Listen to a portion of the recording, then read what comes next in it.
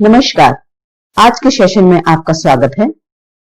आज हम जिस विषय पर चर्चा करने वाले हैं वो है फणीश्वर नाथ रेणु कृत ठेस कहानी। हम जिस विषय पर चर्चा करेंगे आज वो कुछ इस प्रकार है। ठेस कहानी जो है उसका हम सारांश सुनेंगे। उसमें आने वाले कठिन जो शब्द हैं उनके क्या आसान अर्थ हो सकते हैं वो हम देखेंगे। उसके बाद में जो महत्वपूर्ण प्रसंग है, इस कहानी में जो महत्वपूर्ण प्रसंग है हम उसकी व्याख्या करेंगे।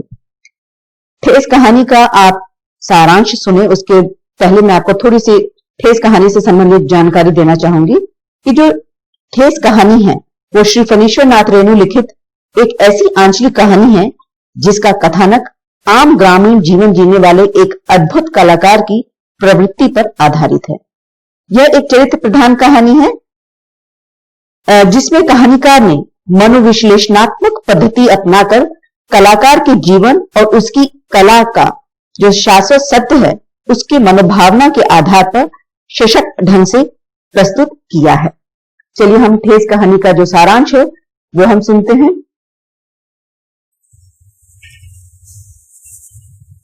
फणीश्वर नाथ रेणु जी द्वारा लिखित लघु कथा ठेस। खेती बाड़ी के समय गांव के किसान सिंचन की गिनती नहीं करते हैं। लोग उसको बेकार नहीं बेकार समझते हैं, इसलिए खेत खलिहान की मजदूरी के लिए कोई नहीं बुलाने जाता है सिंचन को। क्या होगा उसको बुलाकर? दूसरे मजदूर खेत पहुंचकर एक तिहाई काम कर चुकेंगे, तब कहीं सिंचन राय हाथ में खुरपी डुलाता दिखाई पड़ेगा। पगडंडी पर तौल तौल कर पांव रखता हुआ धीरे धीरे। मुफ्त में मजदूरी देनी हो तो और बात है। आज सिंचन को मुफ्तखोर, कामचोर या चटोर कहने को ही। एक समय था जबकि उसकी मड़ैया के पास बड़े बड़े बाबू लोगों की सवारियां बंधी रहती थी। उसे लोग पूछते ही नहीं थे, उसकी खुशामद भी करते थे। अरे सिंचन भाई, अब तो तुम्हारे ही हाथ में यह कारीगरी रह गई है सारे इलाके में। एक दिन भी समय निकाल कर चलो।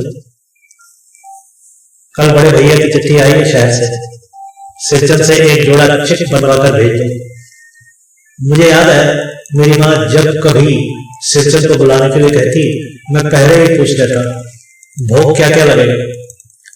माँ हंसकर कहती, जा जा बेचारा मेरे गांव में पूजा भोग की बात नहीं उठाता कभी। ब्राह्मण टोली के पंचानंद चौधरी के छोटे लड़के को एक बार मेरे सामने ही बेपानी कर दिया था सिंचन ने। तुम्हारी भाभी नाखून से खाट कर तरकारी परोसती है और इमली का रस साल कर कढ़ी तो हम कहार कुम्हारों की घरवाली बनाती है, तुम्हारी भाभी ने कहां से बनाई? इसलिए सिंचन को बुलाने से पहले मैं माँ से पूछ लेता। सिंचन को देखते ही माँ हुलसकर कहती, आओ सिंचन, आज मेनू मत रही थी तो तुम्हारी याद आई। घी की डाली के साथ चूड़ा तुमको बहुत पसंद है ना, और बड़ी बेटी ने ससुराल से संवाद भेजा है, उसकी ननद रूठी हुई है मोती के शीतल पार्टी के लिए। सिंचन अपनी पनियाई जीभ को संभाल कर हंसता, घी की सुगंध सूंघ कर आ रहा हूं काकी, नहीं तो इस शादी ब्याह के मौसम में दम मारने की भी छुट्टी कहां मिलती है। सिंचन जाति का कारीगर है, मैंने घंटों बैठकर उसके काम करने के ढंग को देखा है।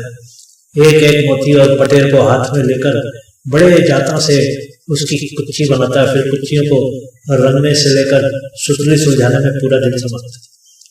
काम करते समय उसकी तन्मयता में जरा भी बाधा पड़ी कि गेहूं सांप की तरह फुफकार उठता।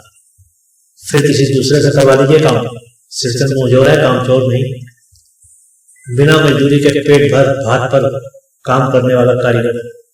दूध में कोई मिठाई न मिले तो कोई बात नहीं, किंतु बात में जरा भी झाल नहीं बर्दाश्त कर सकता। सिंचन को लोग चटोर भी समझते हैं। तली बघारी हुई तरकारी, दही की कड़ी, मलाई वाला दूध, इन सब का प्रबंध पहले कर लो, तब सिंचन को बुलाओ। दूध मिलाता हुआ हाजिर हो जाए। खाने पीने में चिकनाई की कमी हुई कि काम की सारी चिकनाई खाता। काम अधूरा रखकर खड़ा होगा। आज तो अब अदब पाली दर्द से माथा टंटना रहा है, थोड़ा सा रह गया, किसी दिन आकर पूरा कर दूंगा, किसी दिन। माने कभी नहीं। मोती घास और पटरे की रंगीन शीतल पाटी, बांस की तीलियों की झिलमिलाती चिक, सतरंगे डोर के घोड़े, भूसी चुन्नी रखने के लिए मूंछ की रस्सी के बड़े बड़े जाले, हलवाओं के लिए ताल के सूखे पत्तों की छतरी टोपी तथा इसी तरह के बहुत से काम हैं जिन्हें सिरचंद के सिवा गांव में और कोई नहीं जानता। यह दूसरी बात है कि अब गांव में ऐसे कामों को बेकाम का काम समझते हैं लोग, बेकाम का काम, जिसकी मजदूरी में अनाज या पैसे देने की कोई जरूरत नहीं, पेट भर खिला दो, काम पूरा होने पर एक आध पुराना कपड़ा देकर विदा कर दो, और कुछ भी नहीं बोलेगा, कुछ भी नहीं बोलेगा, ऐसी बात नहीं। सिरचंद को बुलाने वाले जानते हैं सिरचंद बात करने में भी कारीगर है। महाजन टोले के भज्जू महाजन की बेटी सिरचंद की बात सुनकर तिलमिला उठी थी। ठहरो, मैं मां से जाकर कहती हूँ, इतनी बड़ी बात ही है बिटिया, बड़े लोगों की बस बात ही बड़ी होती है, नहीं तो दो पटेर की पट्टियों का काम सिर्फ खेसारी का सत्तू खिलाकर कोई करवाएगा भला? यह तुम्हारी मां ही कर सकती है बबनी। सिरचंद ने मुस्कुराकर जवाब दिया था। उस बार मेरी सबसे छोटी बहन की विदाई होने वाली थी, पहली बार ससुराल जा रही थी। मानू के दूल्हे ने पहले ही बड़ी भाभी को खत लिखकर चेतावनी दे दी है। मानू के साथ मिठाई की पतीली ना आए, कोई बात नहीं, 3 जोड़ी फैशनेबल चिक और पटेल की 2 शीतल पार्टियों के बिना आएगी मानू तो। भाभी ने हंसकर कहा, बैरंग वापस? इसलिए 1 सप्ताह से पहले ही सिरचंद को बुलाकर काम पर तैनात करवा दिया था मां ने। देख सिरचंद, इस बार नई धोती दूंगी, असली मोहर छाप वाली धोती। मन लगाकर ऐसा काम करो कि देखने वाले देखते ही रहे। पान जैसी पतली छुरी से बांस की तीलियों और कमानियों को चिकनाता हुआ सिरचंद अपने काम में लग गया। रंगीन सुतलियों से झब्बे डालकर वह चिक बुनने बैठा। 1.5 हाथ की बुनाई देखकर ही लोग समझ गए कि इस बार एकदम नए फैशन की चीज बन रही है, जो पहले कभी नहीं बनी। मजली भाभी से नहीं रहा गया, पर्दे के आड़ से बोली, पहले ऐसा जानती कि मोहर छाप वाली धोती देने से ही चीज अच्छी बनती है तो भैया को खबर भेज देती। काम में व्यस्त सिरचंद के कानों में बात पड़ गई। बोला, मोहर छाप वाली धोती के साथ रेशमी कुर्ता देने पर भी ऐसी चीज नहीं बनती बहुरिया। मानू दीदी काकी की सबसे छोटी बेटी है, मानो दीदी का दूल्हा अफसर आदमी है। मजली भाभी का मुंह लटक गया। मेरे चाची ने फुसफुसाकर कहा, किससे बात करती है बहू? मोहर छाप वाली धोती नहीं, मूंगिया लड्डू। बेटी की विदाई के समय रोज मिठाई जो खाने को मिलेगी, देखती है।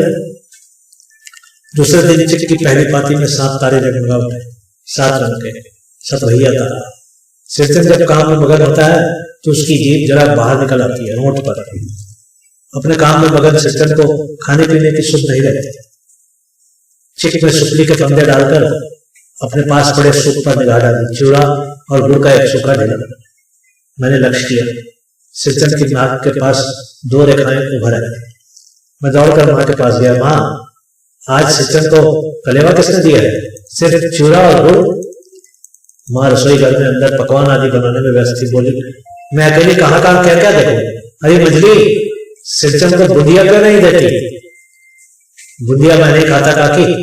सिरचंद ने मुंह में चूड़ा भरा हुआ था, गुड़ का ढेला सूप के किनारे पर पड़ा रहा, अछूता। मां की बोली सुनते ही मजली भाभी की बाहें तन गई, मुट्ठी भर बुंदिया सूप में फेंक कर चली गई।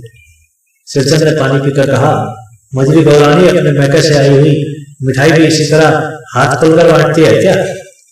बस मजली भाभी अपने कोठे में बैठकर रोने लगी। चाची ने मां के पास आकर जाकर लगाया। छोटी जाति का आदमी का मुंह भी छोटा होता है, मुंह लगाने से सर पर चढ़े रही। किसी के नया ससुराल की बात क्यों करेगा? मजली भाभी मां की दुलारी बहू है। मां तमक कर कहा है, सिरचंद तुम काम करने आए हो, अपना काम करो, बहुओं से बदपुट्टी करने की क्या जरूरत? जिस चीज की जरूरत हो मुझसे कहो। सिरचंद का मुंह लाल हो गया, उसने कोई जवाब नहीं दिया। बांस में टंगे हुए अधूरे चिक में फंदे डालने लगे। मानो पान सजाकर बाहर बैठक खाने में भेज रही थी। चुपके से पान का एक बीड़ा सिरचंद को देती हुई बोली और इधर उधर देखकर कहा, सिरचंद दादा, काम काज का घर, 5 तरह के लोग 5 किस्म की बातें करेंगे, तुम किसी की बात पर कान मत धरो। सिरचंद ने मुस्कुराकर पान का बीड़ा मुंह में ले लिया। चाची अपने कमरे से निकल रही थी। सिरचंद को पान खाते देखकर अवाक हो गई। सिरचंद ने चाची को अपनी ओर अचानक से घूरते हुए देखकर कहा, छोटी चाची, जरा अपनी डिबिया का गमकौवा जगरा तो खिलाना, बहुत दिन हो गए। चाची कई कारणों से जली बुली रहती थी। सिरचंद गुस्सा उतारने का ऐसा मौका फिर नहीं मिल सकता। झनकती हुई बोली, मस्खरी करता है? तुम्हारी चढ़ी हुई जीभ में आग लगे, घर में भी पान और गमकौवा जगरा खाते हो? चटोर कह के मेरा कलेजा धड़क उठा। यह परमास्ती। बस सिरचंद की उंगलियों में सुतलियों के फंदे पड़ गए। मानो कुछ देर तक वह चुपचाप बैठा पान को मुंह में घुलाता रहा, फिर अचानक उठकर पिछवाड़े पीट चुका है। अपनी छुरी हंसिया वगैरह समेटकर संभाल कर झोले में रखे टंगी हुई अधूरी चिप पर एक निगाह डाली और हनहनाता हुआ आंगन से बाहर निकल गया। चाची बड़बड़ाई, अरे बाप रे बाप, इतनी तेजी, कोई मुफ्त में तो काम नहीं करता। 8 रुपए में मोहर छाप वाली धोती आती है। इस मुंह झौंसे के मुंह में लगाम है ना आंख में शील। पैसा खर्च करने पर सैकड़ों चिप मिलेगी। माता टोली की औरतें सिर पर गट्ठर लेकर गली गली मारी फिरती है। मानो कुछ नहीं बोली, चुपचाप अधूरी चिप को देखते रही। सातों तारे बंद पड़ गए। माँ बोली, जाने दो बेटे, जी छोटा मत कर, मानो मेले से खरीद कर भेज दूंगी। मानो को याद आया, विवाह में सिरचंद के हाथ की शीतल पाती दी थी माँ ने। ससुराल वालों ने न जाने कितनी बार खोलकर दिखलाया था पटना और कलकत्ता के मेहमानों को। वह उठकर बड़ी भाभी के कमरे में चली गई।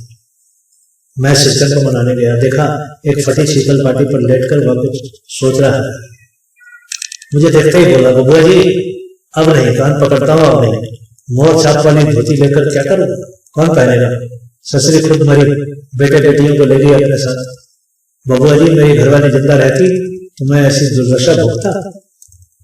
यह शीतल पाटी उसी की बनी हुई है। इस शीतल पाटी को छूकर कहता हूँ, अब यह काम नहीं करूंगा। गांव भर में तुम्हारी हवेली में मेरी कदर होती थी, अब क्या? मैं चुपचाप वापस लौट आया। समझ गया कलाकार के दिल में ठेस लगी, वह अब नहीं आ सकता। बड़ी भाभी अधूरी चिप में रंगीन छीट की झालर लगाने लगी। यह भी बेजा नहीं दिखलाई पड़ता। क्यों मानो? मानो कुछ नहीं बोली बेचारी, किंतु मैं चुप नहीं रह सका। चाची और मझली भाभी भी की नजर न लग जाए इसमें भी। मानो को ससुराल पहुंचाने में ही जा रहा था। स्टेशन पर सामान मिलाते समय देखा मानो बड़े जतन से अधूरे चिप को मोड़कर लिए जा रही है अपने साथ।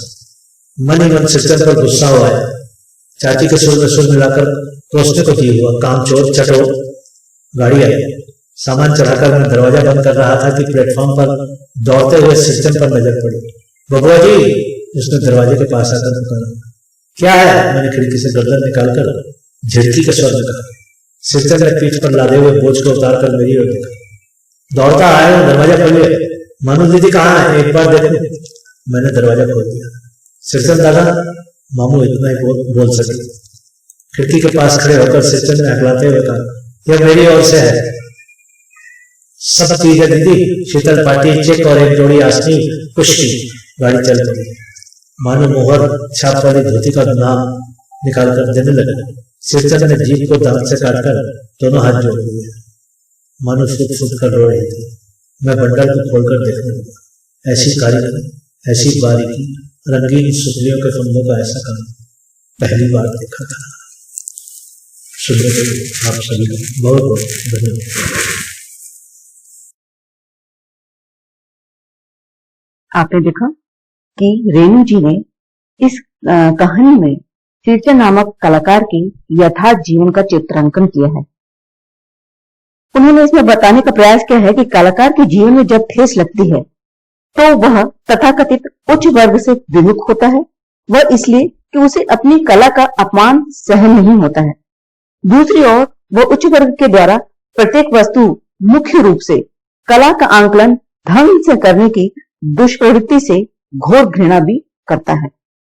अब हम यहाँ पे कुछ जो कठिन शब्द आए हैं वो हम देखेंगे। उसके बाद हम जो प्रसंग है, महत्वपूर्ण प्रसंग है, हम उनकी व्याख्या करेंगे। चलिए देखें कौन कौन से शब्द हैं वो। ये सिरचंद है जो आपको मालूम है टोकरी बनाने का कार्य करता है। ये है मड़ैया, एक शब्द आया था बीच में मड़ैया। मड़ैया का अर्थ होता है झोपड़ी। कुची यानी कि आप देख रहे हैं ये बनी हुई है। एक कुची भी होती है जो कहना चाहिए कि घर को चूने से पोतने के काम में भी आती है। मथना, जिसे मथानी भी कहते हैं, और ये यहाँ पे मेनू शब्द के रूप में इस्तेमाल किया गया है, जो मथनी के रूप में है। चूड़ा, चूड़ा शब्द जो है वो पोहे के रूप में है। अगला है चटोर शब्द, जिसको स्वाद लोलुप के रूप में जानते हैं, जिसे नए नए स्वादिष्ट भोजन पसंद होते हैं। अगला है मोथी घास। ये जो घास है इसको नागर मोथी घास भी कही जाती है। ये एक औषधि के रूप में प्रयुक्त होती है और इसी से टोकनी वगैरह बनाई जाती है। अगला है शीतल पाटी। शीतल पाटी जो है, जो चटाई है, आपने देखा होगा हमारे घरों में रहती है, उसे ही हम शीतल पाटी कहते हैं। पटेर घास, ये पटेर घास जो है वो पानी में पाई जाती है और इस पटेर घास के द्वारा ही जो है सिंचन जो है अपनी कला को निखारता था। पगडंडी, पगडंडी शब्द से आप सभी जन अच्छी तरह से परिचित हैं। खेसारी, खेसारी शब्द जो है वो मटर के लिए प्रयुक्त होता है। अब महत्वपूर्ण गद्यांश जो है ये आपके समक्ष है। आज सिरचन को मुक्त खोर, कामचोर या चटोर कह ले कोई। एक समय था जबकि उसकी मड़ैया के पास बड़े बड़े बाबू लोगों की सवारियां बंधी रहती थी। उसे लोग पूछते ही नहीं थे, उसकी खुशामद भी करते थे। अरे सिरचन भाई, अब तो तुम्हारे ही हाथ में ही कार्यकारी रह गई है सारे इलाके में, एक दिन भी समय निकाल कर चलो। ये जो गद्यांश है हमको इसकी व्याख्या करना है। हम जब इसकी व्याख्या करते हैं तो उसके साथ में सबसे पहले इसका आता है संदर्भ, फिर प्रसंग, फिर हम उसकी व्याख्या करते हैं। इसका जो संदर्भ है हम वो किस रूप में लिखेंगे कि ये जो कहानी है वो कहां से ली गई है, तो ये आपको मालूम है कि आपकी पाठ्य पुस्तक से ली गई है। इसके रचनाकार कौन है?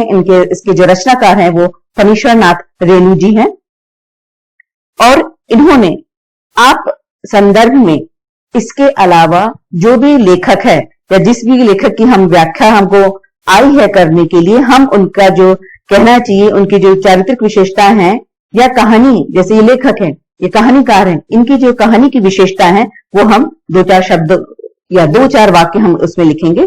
जैसे कि आप बता सकते हैं कि फणीश्वर नाथ रेणु मूलतः सांप्रदायिक सामाजिक राजनीतिक स्थितियों की पृष्ठभूमि में साहित्य लिखने वाले साहित्यकार हैं। उनकी संपूर्ण रचनाशीलता को आंचलिकता से परिभाषित विश्लेषित किया जा रहा है। उनकी लेखन शैली जो है वो वर्णनात्मक थी। उनका लेखन जो है प्रेमचंद की सामाजिक यथार्थवादी परंपरा को आगे बढ़ाता है। कथाकार फणीश्वरनाथ रेणु प्रेमचंद के बाद उन रचनाकारों में से हैं जिन्होंने ग्रामीण जीवन को बड़ी नफासत के साथ चित्रित किया। रेणु की रचनाओं के प्राण है गांव और उनके निवासी, क्योंकि उनकी मूल मान्यता थी कि वर्तमान भारत की बौद्धिक चेतना के विकास की संभावना इन्हीं गांव में छुपी हुई है। हिंदी कहानी की सबसे अधिक विश्वसनीय ग्रामीण पात्र रेणु जी ने ही दिए हैं। ऐसे में ही रेणु जी अपने ठेठ ग्रामीण परिवेश और पूरे आंचलिक नितान के साथ हिंदी कहानी के परिदृश्य पर उभरते हैं और अपनी रचनात्मकता से एक हलचल पैदा कर देते हैं। उस आंचलिक दुनिया में खींच ले जाते हैं जो भारतीय गांवों का प्रतिनिधित्व करते हैं। वे अपने दिल की बात अपनी पूरी रागात्मकता से प्रस्तुत करते हैं। उनके पहले उपन्यास मैला आंचल लिए उन्हें पद्मश्री पुरस्कार से सम्मानित किया गया है।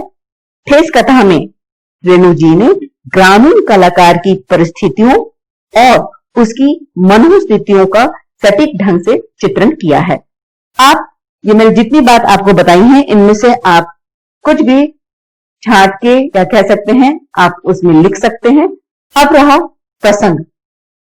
प्रसंग जो भी रहेगा, आप जब जो भी आपको अवतरण दिया गया है उससे संबंधित उसके पहले की जो है उसे वो किस कहना चाहिए, उसके पहले की जो थोड़ी सी जो कहानी है वो आप उसको बताइएगा और आपस में उसको रिलेट कीजिएगा। तो जैसे प्रसंग जो था, ये प्रसंग जो है वो कहां से आया है, ये बताया गया है कि जो सिरचन जो था पहले जो था कि आसिचन जो है उसे भले ही हम मुक्तखोर कह दें या चटोर भले ही कह दें, लेकिन उसकी जो पूछ थी, या उसकी कला की जो कहना चाहिए कि उसका जो महत्व था वो थोड़े दिन पहले था, और अब जो है उसकी कला का जो महत्व है धीरे धीरे जो है कहना चाहिए कि समाप्त होते जा रहा है। व्याख्या हम करेंगे कि लेखक जो फरीश्वर रेणु जी हैं, वो कहते हैं कि आज सिरचन को लोग मुफ्तखोर या चटोर भले ही कह लें, लेकिन एक समय ऐसा भी था कि उसकी झोपड़ी में बड़े बड़े लोग आते थे। लोग उसकी पूछ परख ही नहीं बल्कि खुशामद भी करते थे। वो चाहते थे, क्योंकि वो इतना श्रेष्ठ कलाकार था कि उसके समान जो शीतल पाटी है या चिक यानी कि पर्दा, वो पर्दा जो है वो कोई नहीं बनाता था सिर्फ सिरचन के सिवा। तो बड़े बड़े लोग जो हैं, उच्च घराने के जो लोग हैं, वो उसकी झोपड़ी में आते थे, और मड़ैया में झोपड़ी में आते थे और उसकी खुशामद करके लेके जाते थे। उसकी यानी कि पहले समय में उसकी कला की पूछ थी, लेकिन अब धीरे धीरे वो कम होती जा रही है। उसके हाथ की जो बनी हुई चीक और शीतल पाटी जो थी वह दूर दूर तक प्रसिद्ध थी। सारे इलाके में उसके हाथ से बनी उसकी जो कारीगरी जो है, उसकी हाथ पूरे गांव में सिरचन ही ऐसा था जिसकी कारीगरी जो थी वो वहां पे प्रसिद्ध थी। और सिरचन के पास में उस समय इतना समय नहीं रहता था कि उसे कोई भी बुलाए तो वो चले जाए। अगर कोई उसे बुलाने आता था तो उसे विशेष तौर पर समय निकालकर दूसरे के लिए घर और चिक बनाने के लिए, उसके घर शीतल पाटी बनाने के लिए उसे जाना पड़ता था।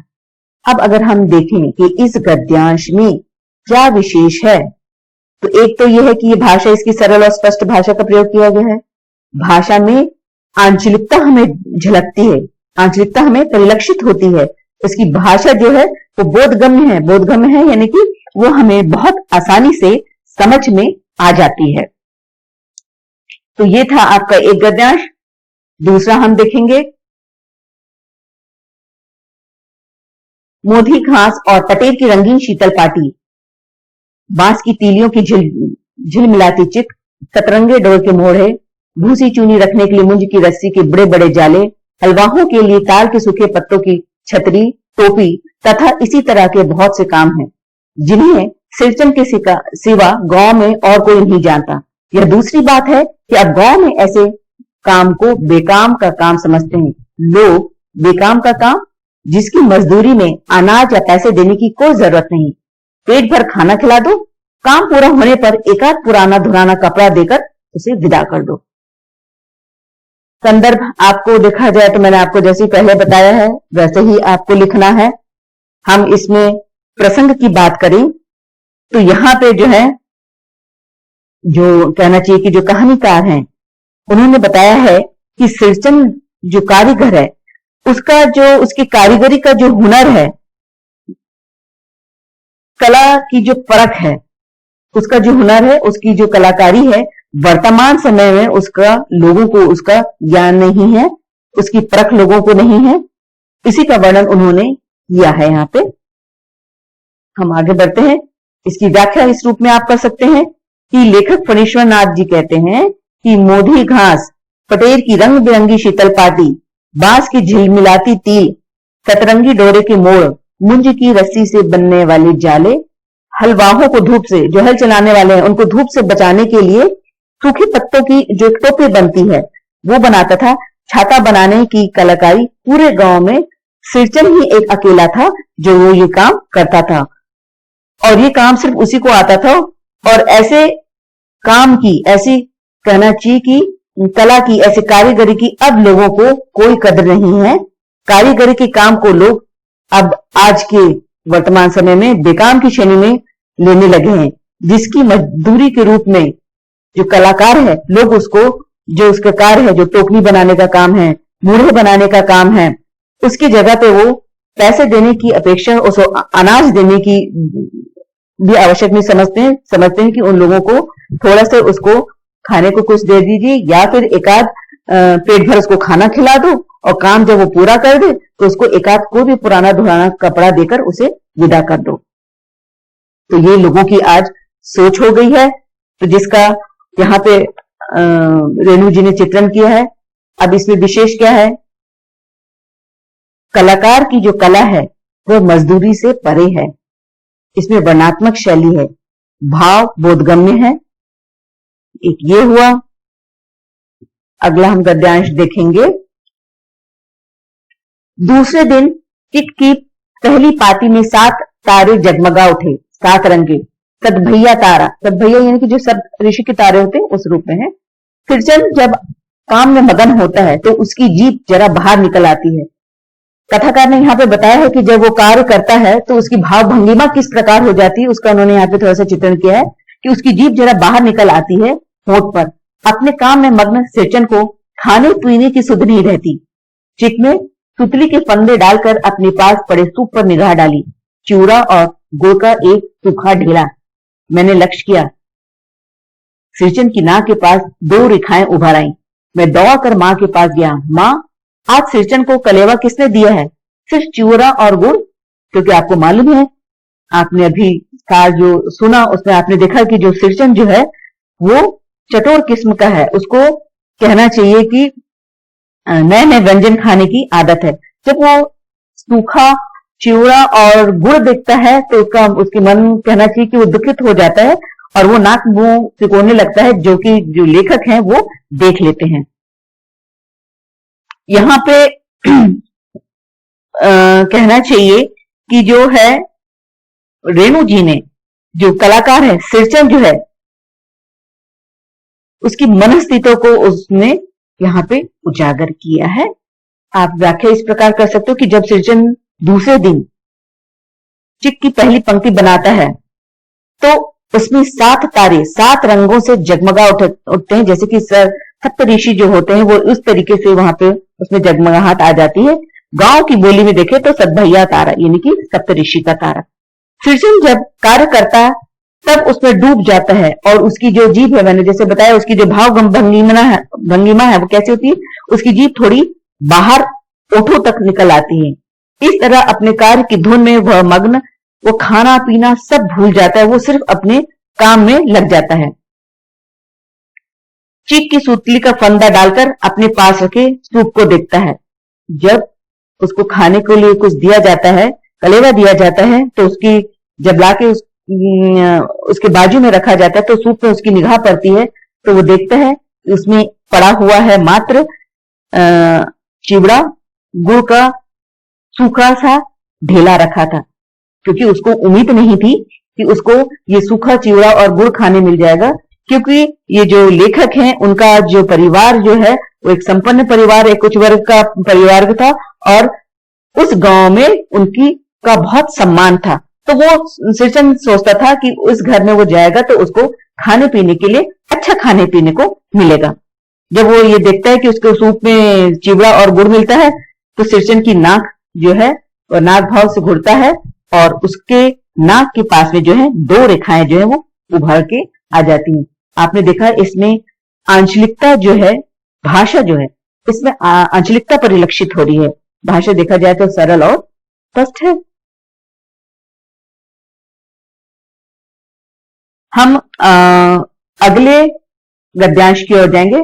मैं सिरचंद को मनाने लगा। देखा एक फटी शीतल पाटी पर लेट कर वह कुछ सोच रहा है। मुझे देखते ही बोला, बबुआ जी अब नहीं, कान पकड़ता हूं, अब नहीं। मोहर छाप वाली धोती लेकर क्या करूंगा, कौन पहनेगा? ससुरी खुद मरी, मैं बेटे बेटियों को ले गई अपने साथ। बबुआ जी मेरी घरवाली जिंदा रहती तो मैं ऐसी दुर्दशा भोगता? जो शीतल पाटी उसी की बनी हुई है। इस शीतल पाटी को छूकर कहता हूं अब यह काम नहीं करूंगा। गांव भर में तुम्हारी हवेली में मेरी कदर होती थी, अब क्या? मैं चुपचाप वापस लौट आया। समझ गया कलाकार के दिल में ठेस लगी है, वह अब नहीं आ सकता। इस प्रसंग में आप देखेंगे कि रेणु जी ने एक शिल्पकार जो है, एक कलाकार जो है, उसके अपमान का उन्होंने वर्णन किया है। आप देखेंगे कि जो है सिरचंद जो है, जो लेखक हैं उनके घर से रूठ के वापस आ जाता है। कुछ उनकी चाची से कुछ कहा सुनी हो जाती है तो वो वापस लौट के आ जाता है। उसके बाद का ये कहना चाहिए कि अवतरण है।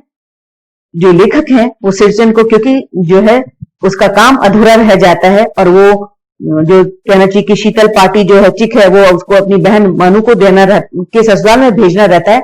इसलिए जो है जो लेखक जो है सिरचन को मनाने उसके घर जाते हैं तो वो देखते हैं कि सिरचन जो है वो खाट पर लेटा हुआ है। ठाकुर के घर सिरचन चिक व शीतल पार्टी बनाते समय कुछ ऐसी बातें सिरचन को सुननी पड़ती है जिससे वह अपमानित महसूस करता है। उसे बहुत ठेस लगती है, बहुत चोट लगती है, उसका मन आहत हो जाता है तथा वह आधा अधूरा काम छोड़कर अपने घर वापस आ जाता है। उसे वापस बुलाने जब ठाकुर परिवार के सदस्य उसके घर जाते हैं तब वह करुण वाणी से उनका दिया हुआ प्रलोभन स्वीकार नहीं करता है कि अब वह मोहर छाप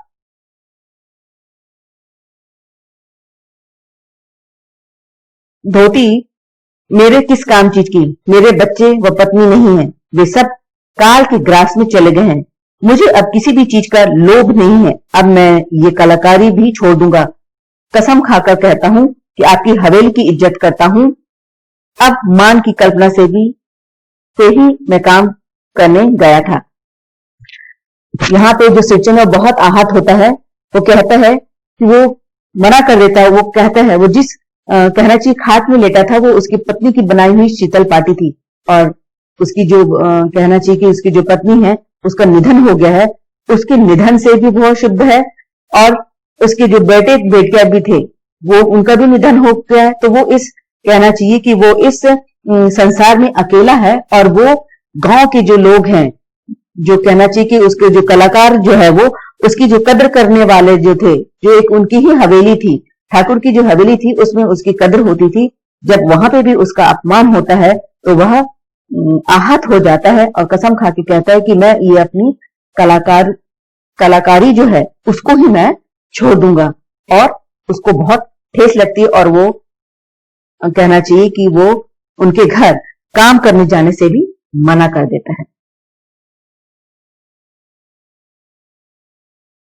अगला है ये जो गद्यांश है इसमें है क्या है, मैंने खिड़की से गर्दन निकालकर झिड़की के स्वर में कहा। सिरचन ने पीठ पर लादे हुए बोझ को उतारकर मेरी ओर देखा। दौड़ता आया हूं, दरवाजा खोलिए। मानू दीदी कहाँ है, एक बार देखूं। मैंने दरवाजा खोल दिया। सिरचन दादा, मानू इतना ही बोल सकी। खिड़की के पास खड़े होकर सिरचन ने हकलाते हुए कहा, यह मेरी और से है, सब चीजें हैं दीदी, शीतल पाटी, चीक और एक जोड़ी आसनी कुश की। गाड़ी चल पड़ी। मानो मोहर छाप वाली धोती का दाम निकाल कर देने लगी। सिरचन ने जीभ को दांत से काटकर दोनों हाथ जोड़ दिए। ये उस समय की घटना है जब कहना चाहिए कि सिरचन स्टेशन जाता है जहां पे गाड़ी चलने को है और जैसे ही वो पहुंचता है तो देखते हैं कि जो ठाकुर परिवार के सदस्य हैं वो जो मोनू नाम की जो कहना चाहिए उनकी जो बेटी है उनको वो विदा कर रहे थे, तो छोड़ने जा रहे थे। तो गाड़ी के पास में सिरचन आता है और कहता है कि दरवाजा खोलो। दौड़ता हुआ आया हूं, दरवाजा खोलिए कि मानू दीदी कहाँ है, एक बार देखूं। तो जो सिरचन थे वो उनको कहना चाहिए कि उसको लोग चलने नहीं देते हैं। तब क्या स्थिति होती है उसका यहाँ पे चित्रण किया है।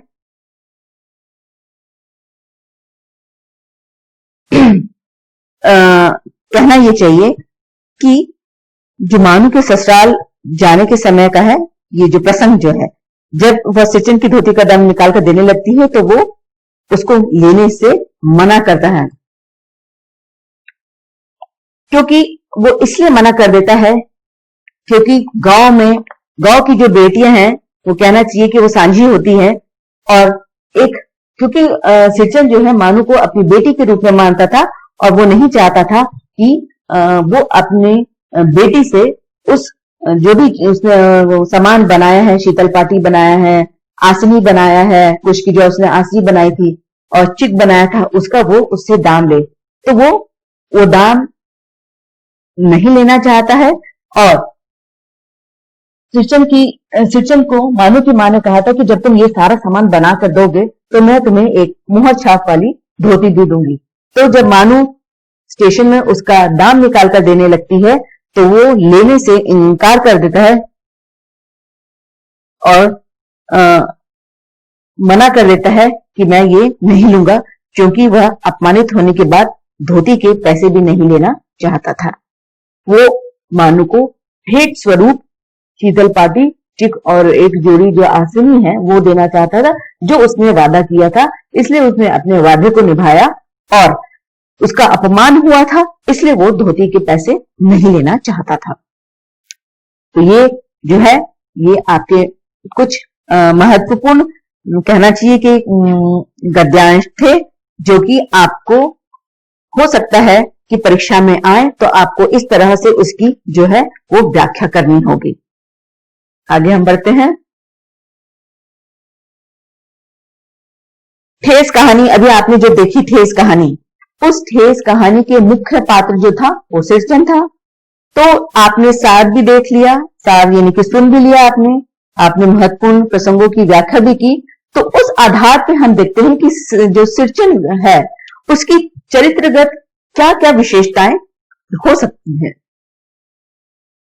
एक सच्चा कलाकार का गुण, सृजन जो था उसमें कला की पारख होने के कारण दूर तक उसकी जो थी सृजन की जो कला है उसकी कहना चाहिए कि जो उसकी प्रसिद्धि जो है वो पूरे गांव में थी, और ना केवल उसके गांव में बल्कि दूसरे गांव में भी उसकी चर्चा लोग करते थे उसकी कलाकारी के बारे में।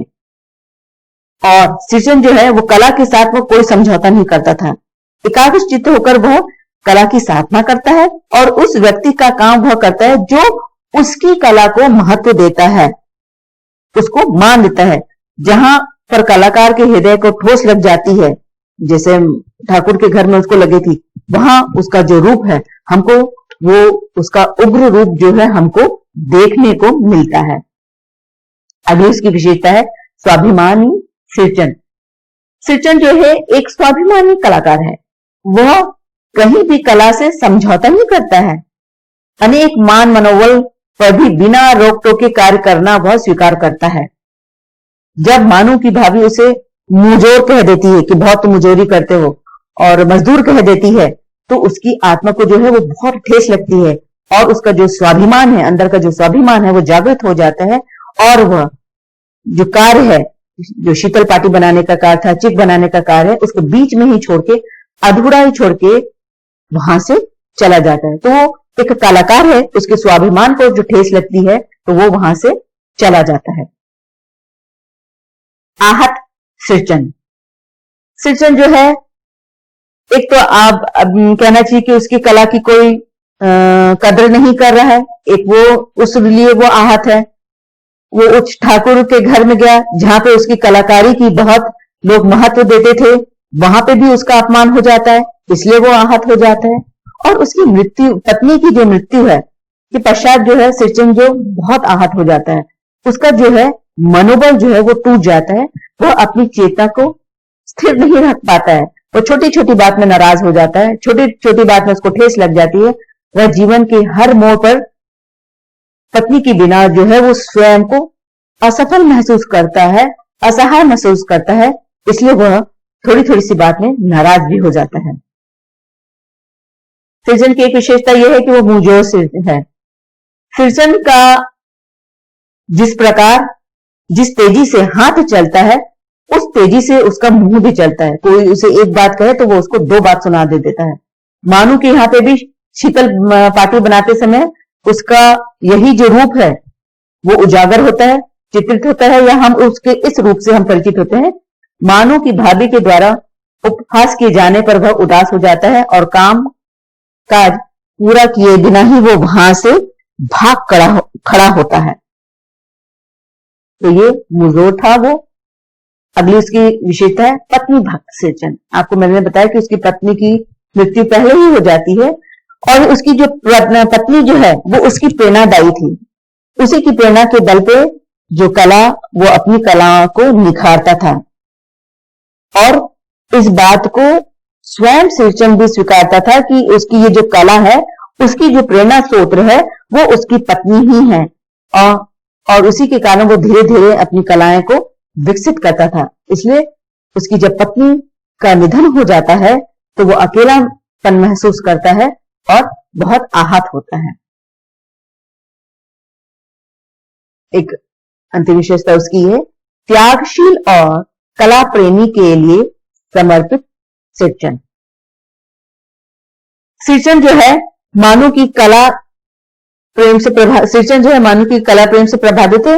वह ससुराल में सिरचन की कला कौशल की चर्चा कर चुकी। जो मानव जो थी उसने कहना चाहिए कि जो सिरचन है उसकी जो कला है उसको देख के कहना चाहिए कि उसके जो ससुराल वाले हैं वो बहुत प्रभावित होते हैं, और जब वो ससुराल से आती है तो उसको वहां के जो उसके कहना चाहिए कि ससुराल वाले हैं वो कहते हैं, क्योंकि वो कला प्रेमी होते हैं, वो चाहते हैं कि उसकी बनी हुई जो शीतल पाटी है वो सारी चीजें उसको वो ससुराल में विदाई के समय में अपने पास से लेकर आए।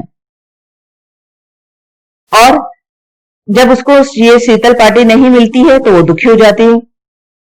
लेकिन यहाँ पे जो सिरचन है वो अपने कहना चाहिए अहम को बाजू में रखकर शीतल पाटी बनाता है, क्योंकि उसने एक वादा किया था। अब वो नहीं चाहता था कि मानू के ससुराल में उसकी बेइज्जती हो, वो क्योंकि उसको मानू को अपनी एक बेटी के रूप में मानता था, इसलिए वो अपने अहम को बाजू में रखे या उसका त्याग करके वो जो है वो शीतल पाटी चिक बनाता है और स्टेशन में जाके वो जो बेटी है उसको उपहार के रूप में देता है। और बदले में जब वो मानू उसको पैसे देना चाहती है, क्योंकि जब बात तय हुई थी कि एक फूल वाले बड़े छापे वाली उसको धोती दी जाएगी, जो वहां पे उपलब्ध नहीं होने पर वो धोती का दाम जो है वो सिरचन को देती है, तो सिरचन उससे लेने के लिए साफ मना कर देता है कि मैं अपने, और ये कहता है कि ये मैं अपनी बेटिया को उपहार दे रहा हूं। इस प्रकार हम देखेंगे कि सिरचन जो है एक तेजस्वी है, स्वाभिमानी है, कर्तव्यनिष्ठ कलाकार के रूप में इस कहानी पे चित्रित हुआ है, और उसका जो व्यक्तित्व है जो है वो प्रेरणास्पद है और प्रशंसनीय रहता है। इस प्रकार हम देखते हैं कि रेणु जी की ये जो ठेस कहानी है वो अत्यधिक अद्भुत, आकर्षक और प्रेरक रूप को अपने में समेटे हुए उनकी ये जो कहानी है वो प्रतीकात्मक है और प्रातिनिधिक कहानी के रूप में हमको दिखती है। ये कुछ संदर्भ ग्रंथ की किताबें हैं, कुछ साइट्स हैं जहां से मैंने ये सामग्री एकत्र की है। धन्यवाद।